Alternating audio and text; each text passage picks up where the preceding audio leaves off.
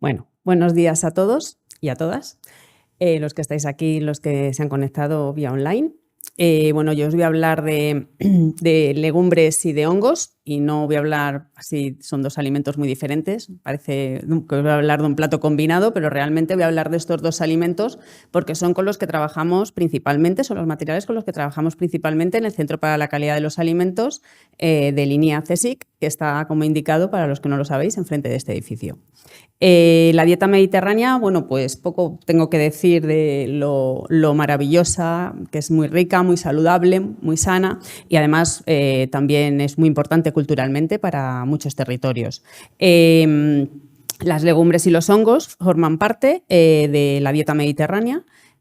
Aparecen en todas las representaciones que se hacen de la dieta, las pirámides, bueno, algunas ya las hemos visto, la doctora Gallardo, que nos ha presentado anteriormente en su ponencia, y bueno, pues también encajan perfectamente en las recomendaciones que nos hace la Organización Mundial de la Salud sobre cómo deben ser nuestra dieta, que las dietas deben ser sanas, pero también tienen que tener una extensión más, que tienen que ser sostenibles.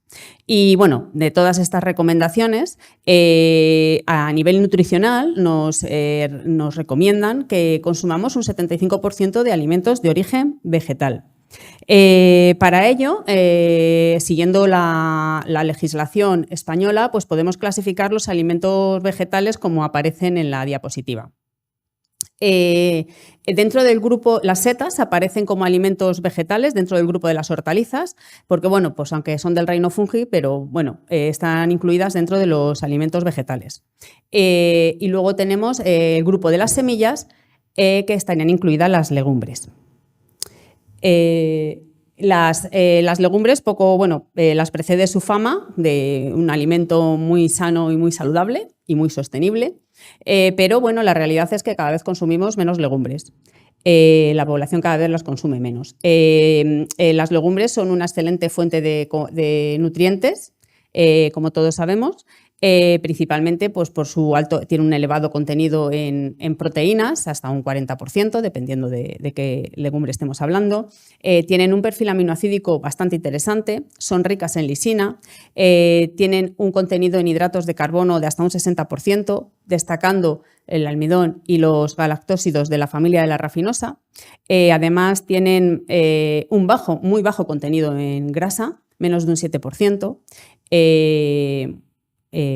Generalmente, siendo más de un 50% de sus ácidos grasos insaturados. Además, tiene un elevado contenido en fibra y aportan nutrientes y aportan vitaminas y minerales como el calcio, el magnesio, el potasio, el fósforo, etc.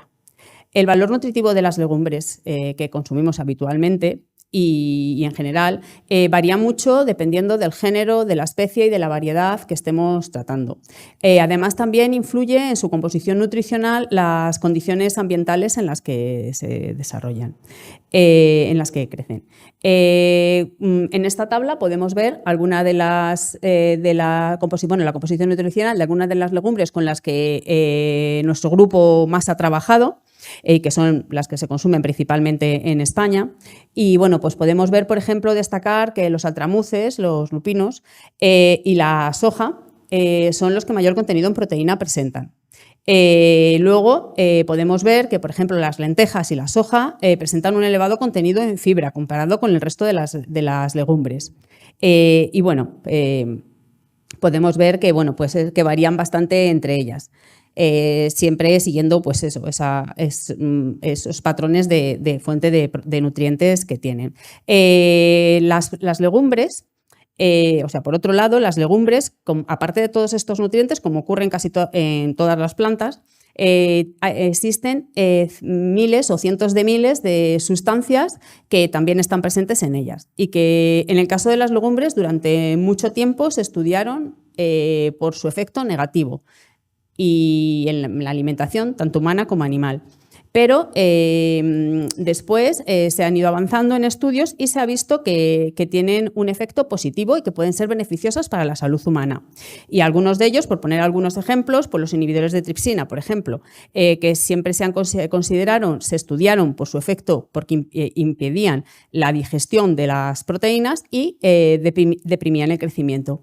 Entonces, luego, dependiendo todos estos compuestos que se consideraban no nutritivos o incluso llegaron a llamarse antinutritivos, dependiendo de la concentración, el tiempo de exposición y de la matriz en las que los consumimos, pues pueden pasar a tener este efecto positivo beneficioso. Y, por ejemplo, los inhibidores de tripsina, posteriormente se han hecho muchos estudios con algunos inhibidores de garbanzo y de otras legumbres y se ha visto que tienen un efecto anticancerígeno frente a algunos tipos de cánceres.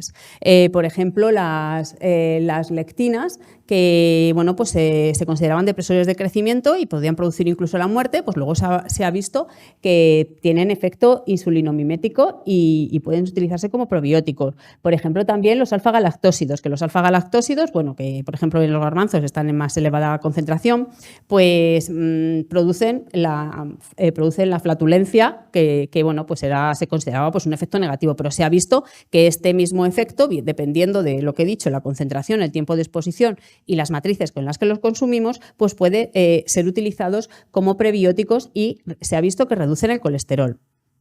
Por ejemplo, los fitatos también, que son unos compuestos bioactivos que están en las legumbres, pues reducían la disponibilidad. Se había visto que se estudiaban porque reducían la disponibilidad de determinados nutrientes, lo que impedía su absorción. Pero después se vio que tenían un efecto hipoglicémico y que además eran antioxidantes. Bueno, y así podríamos hablar de muchos compuestos bioactivos que tienen las legumbres.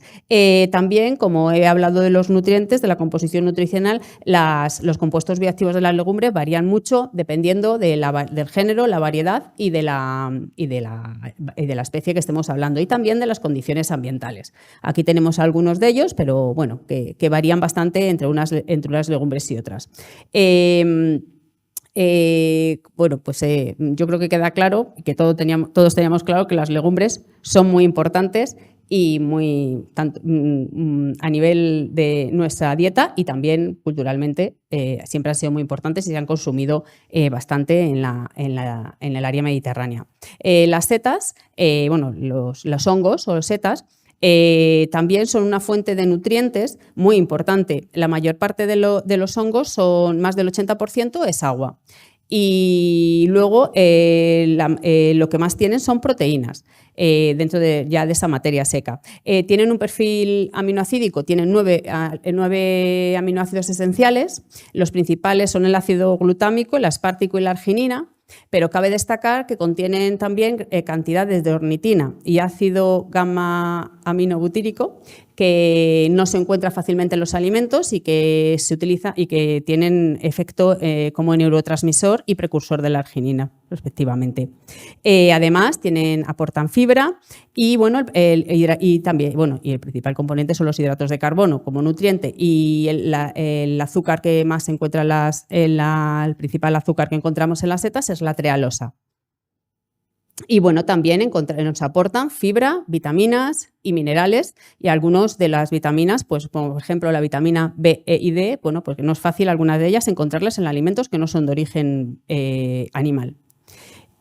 Además, en las setas pues encontramos compuestos bioactivos que, bueno, la composición de las setas también va a variar con la especie que estemos valorando, con el almacenamiento, cómo se haya almacenado luego ese carpóforo antes de su consumo y de los factores ambientales también. Por destacar, pues por ejemplo, el boletus, el perro chico o la trompeta tienen un contenido en proteína mayor que el resto de las especies, tanto silvestres como cultivadas, que hemos analizado. Y bueno, el Pleurotus ostreatus, por ejemplo, pues presenta un contenido elevado de fibra con respecto a las demás setas valoradas.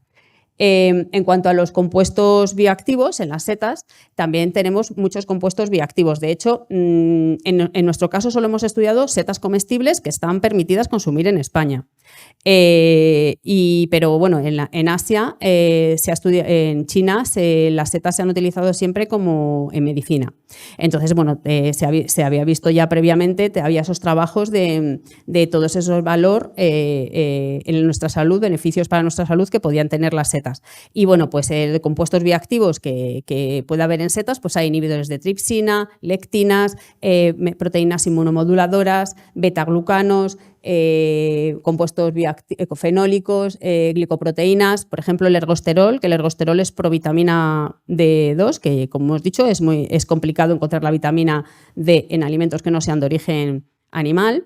Y por ejemplo, de las que hemos valorado, todas tenían ergosterol, siendo de las que valoramos, el champiñón fue la que mayor contenido en ergosterol nos dio. Y en algunos extractos que hemos valorado de las setas cultivadas y silvestres que hemos valorado, pues por ejemplo el perro chico, el rebozuelo y la trompeta negra nos dio que tenían efecto las demás también, pero las que destacaban tenían efecto, el rebozuelo y la trompeta negra tenían un efecto antioxidante y antiinflamatorio destacable.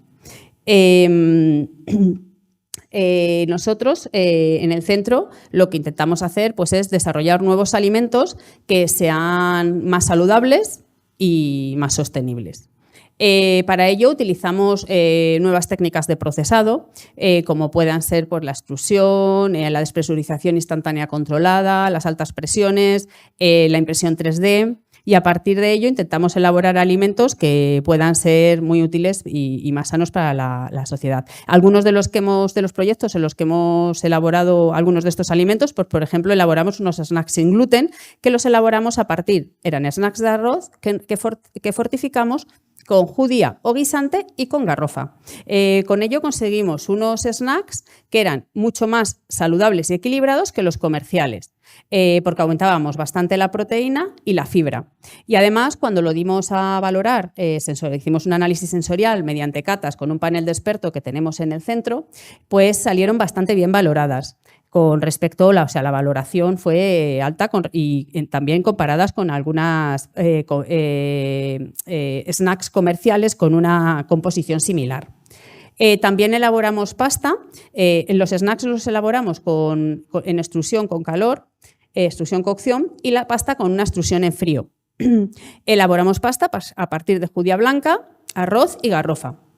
Volvimos a obtener una pasta mucho más saludable y equilibrada que la pasta comercial con una composición similar y por lo mismo volvimos a aumentar mucho la proteína, la fibra, redujimos bastante el contenido en grasa y por tanto la ingesta calórica al consumir estos alimentos. Y por otro lado, aparecieron pues, alfa-galactósidos, inhibidores y que son, como he dicho, compuestos bioactivos propios de las legumbres. Y cuando valoramos esta pasta sensorialmente, pues los catadores le dieron una valoración a la que contenía 40% de judía con un 10% de garrofa, superior bastante más superior a la de la pasta comercial. En las publicaciones, de hecho nosotros también hemos elaborado otros alimentos a partir de esto, como pan con harina hipoalergénica de altramuz, para que lo puedan consumir las personas alérgicas a esta legumbre. Y bueno, se están trabajando mucho en la elaboración de nuevos alimentos y enriquecimiento de alimentos que podamos consumir de otra manera que no sean en los platos tradicionales, puesto que, como he dicho, se está reduciendo bastante el consumo de legumbres y fomentar que la población consuma estos alimentos de otras maneras que puedan ser más atractivas para ellos. Y bueno, porque hay mucha gente pues eso, que es celíaca o que no puede consumir determinados, o diabética, para lo cual la legumbre también viene el consumo muy bien. Y bueno, en el tema de las setas también se está trabajando bastante en incluirla en muchos alimentos. Por ejemplo, en la hamburguesa se ha visto que pues se consigue reducir, introduciendo setas, se consigue, boletus exactamente, se consigue reducir bastante la sal, que luego hay que adicionar para que nos dé esa palatabilidad.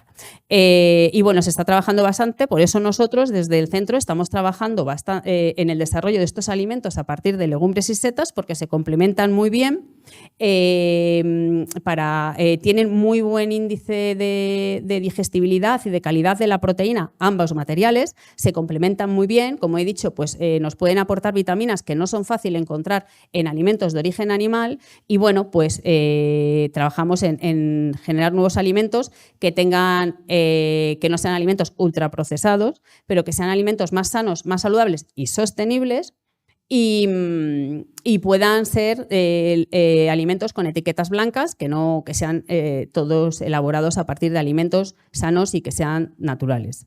Y bueno, me he puesto el tiempo para hacer trampas y bueno, me he ajustado al tiempo y gracias por vuestra atención. Espero que os haya resultado interesante.